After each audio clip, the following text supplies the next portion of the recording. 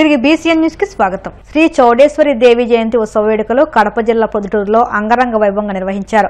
సర్వంగా సుందరంగా అలంకరించిన ఆలయంలో అమ్మవారు దేదీప్యమానంగా వెలిగిపోతూ భక్తులను కరుణించారు. ఆలయానికి తెల్లవారుజాము నుండి భక్తులు పోటెత్తారు.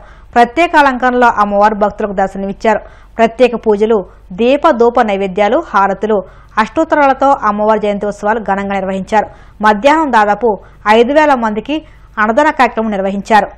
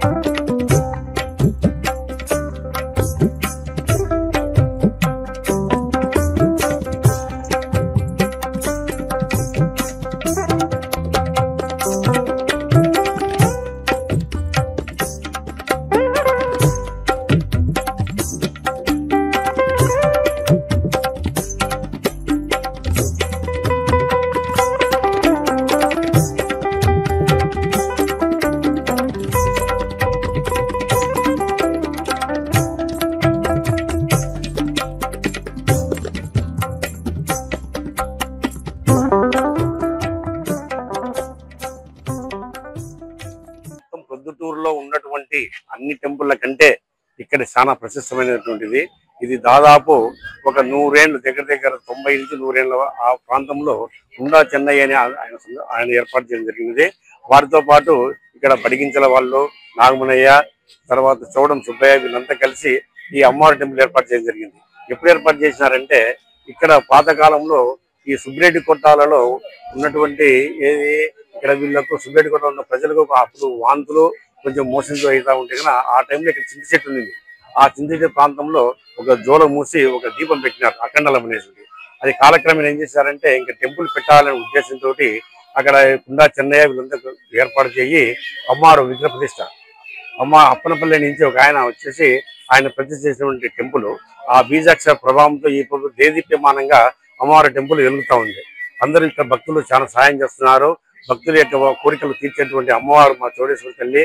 వాళ్ళకందరికీ ముఖ్యంగా ఇప్పుడు వచ్చినటువంటి భక్తులు చూడండి, అక్కడ చూడండి ఎంత జనాలు కూడా దాదాపు ఇక్కడ ఉన్నటువంటి అన్న సంతర్పణ కూడా ఏర్పాటు చేస్తున్నాం. రాష్ట్ర ప్రభుత్వం ప్రజల సమస్యలను పట్టించుకోకుండా కేవలం ప్రచారంపై దృష్టి సారించిందని ఆలూరు ఎమ్మెల్యే బూసిరి విరూపాక్ష విమర్శించారు. తల్లికి వందనం, అన్నదాత సుఖీభవ, సూపర్ 6, ఉచిత గ్యాస్, నిరుద్యోగ భృతి, ఆడబిడ్డ నిధి వంటి పథకాల అమల్లో కూటమి ప్రభుత్వం విఫలమైందన్నారు. సీఎం చంద్రబాబు హామీల అమలు చేయడంలో ఘోరంగా విఫలమయ్యారని ఆరోపించారు. 14 నెలలు కావస్తుంది. వాళ్ళు అధికారంలోకి వచ్చేకి సంక్షేమ పథకాలను సూపర్ 6 ప్రచారం చేసుకున్నారు. ఎందుకంటే మన ఆంధ్రప్రదేశ్ జనాలందరూ తెలుసు, మేనిఫెస్టో ఇడిచినది చంద్రబాబు నాయుడు, పవన్ కళ్యాణ్ ఇద్దరు సంతకాలు పెట్టి మేనిఫెస్టో ఇడిచినారు.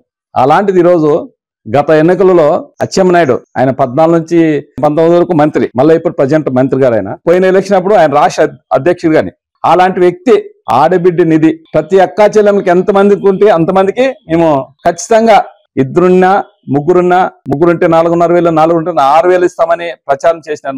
మంత్రి చేసినారు. చంద్రబాబు నాయుడు అయితేనేమి, పవన్ కళ్యాణ్ అయితేనేమి, ప్రతి ఒక్కరు.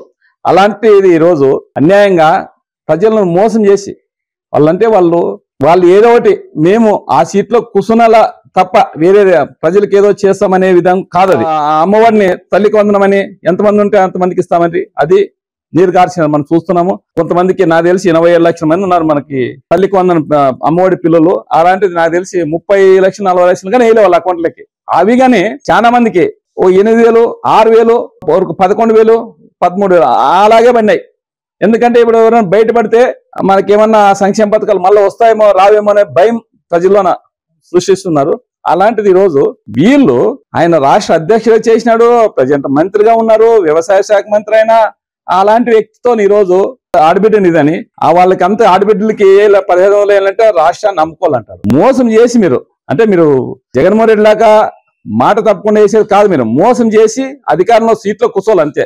అయినాక ప్రజల సంబంధం వాళ్ళకి, ఎందుకంటే మళ్ళీ 5 ఏళ్ళు తర్వాత మాకేం వేయట్లే ఓట్లే అనే విధంగా ఈరోజు ప్రవర్తిస్తున్నారు మీరు. ఈ సూపర్ 6 ఏం చెప్పినారో సూపర్ 6 చేసేంత వరకు మిమ్మల్ని వదిలే ప్రసక్తి లేదు. మేము ప్రజల్లోకి పోతాము, ఖచ్చితంగా మీ ఏమేమి చేసినారు సూపర్ 6 అవన్నీ ఖచ్చితంగా మీరు అమలు చేసి తిరాల. చంద్రబాబు నాయుడు ఏమో అయిపోయా సూపర్ 6 అన్ని వేసేసినాము, ఎవరన్నా మాట్లాడితే వాళ్ళ నేలకు మందం అంటాడు. మీరు ఎవరైనా మాట్లాడితే మీ నేలకు కోసేస్తానని అనుకోకున్నట్ల అది ఇంత గ్యాప్ పెట్టినాడు ఆయన మంత్రి ఏమో ఒకసారి పోయినసారి కానీ మేము ఉన్నాం, పార్టీ లేదు బొక్కలేదు అన్నాడు ఆయన. అలాంటి వ్యక్తి ఈ రోజు ఆయన నోటితోనేమో లేదు ఆడబిడ్డనిది లేదు, అది ఇలాంటి మేము రాష్ట్రాన్ని అమ్మాలా, ఆంధ్ర రాష్ట్రాన్ని అమ్మాలా అంటున్నాడు. ఇలాంటిది కోరు వీళ్ళు డైవర్షన్ పాలిటిక్స్ చేస్తున్నారు. ఎవరైనా సంక్షేమ పథకాలు అడిగే తలకే ఏదో ఒకటి కేసు అంటారు, ఎవరినో మొత్తం డైవర్స్ మొత్తం మీడియా అంతా అక్కడ పోవాలి. కలియుగ ప్రత్యక్ష దైవం తిరుమల శ్రీ వెంకటేశ్వర స్వామి వారిని పలువురు తెలంగాణ ఎమ్మెల్యేలు దర్శించుకున్నారు.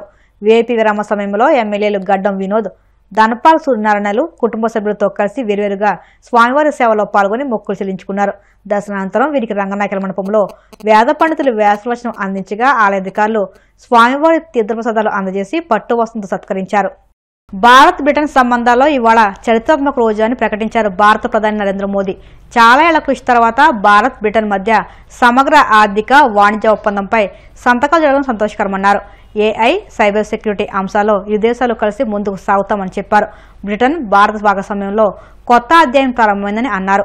భారత్లో త్వరలో 6 బ్రిటన్ యూనివర్సిటీలు తమ క్యాంపస్లు ఏర్పాటు చేస్తున్నాయని, ఇరు దేశాల సేవా రంగం, ఆర్థిక, సాంకేతిక రంగాలకు ఊతమిస్తుందని అన్నారు. ఈ ఒప్పందం ద్వారా సులభతర వాణిజ్య విధానానికి మరింత ఊతం వచ్చిందని వ్యాఖ్యానించారు.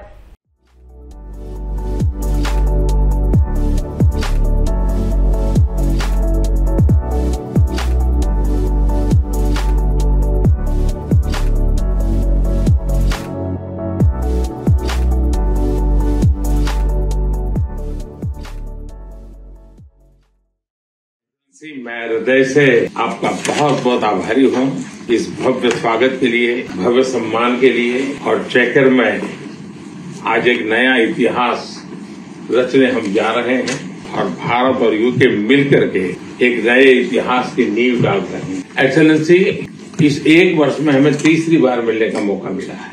ये अपने आप में मैं इसे बहुत महत्वपूर्ण मानता हूँ। यूके और भारत हम एक प्रकार से नेचुरल पार्टनर, हमारे संबंधों का एक ऐतिहासिक दिन है। आज हम दोनों देश मिलकर के पारस्परिक लाभकारी FTA और डबल कंट्रीब्यूशन कन्वेंशन इसको संपन्न करने जा रहे हैं।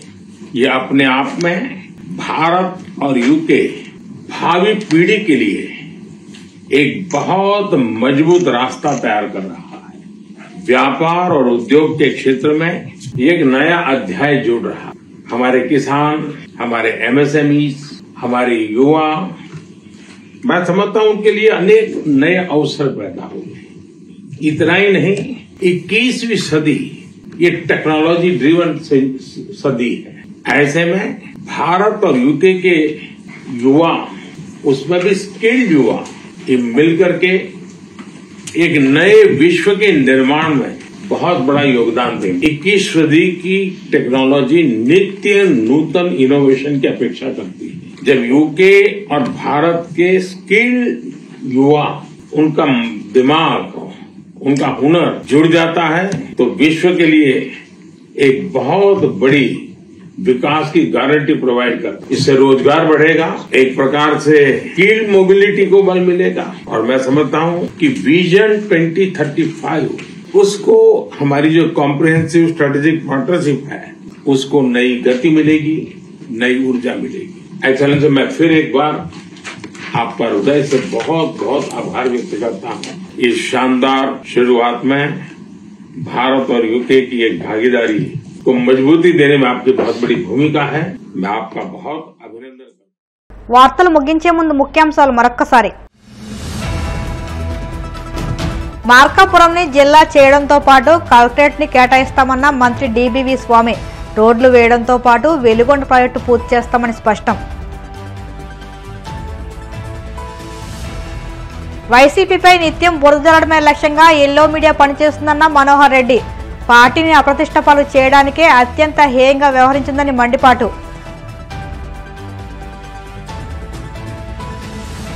తిరుమల శ్రీవారిని దర్శించుకున్న పలువురు తెలంగాణ ఎమ్మెల్యేలు. ఆలయ మర్యాదలతో స్వాగతం పలికిన అధికారులు.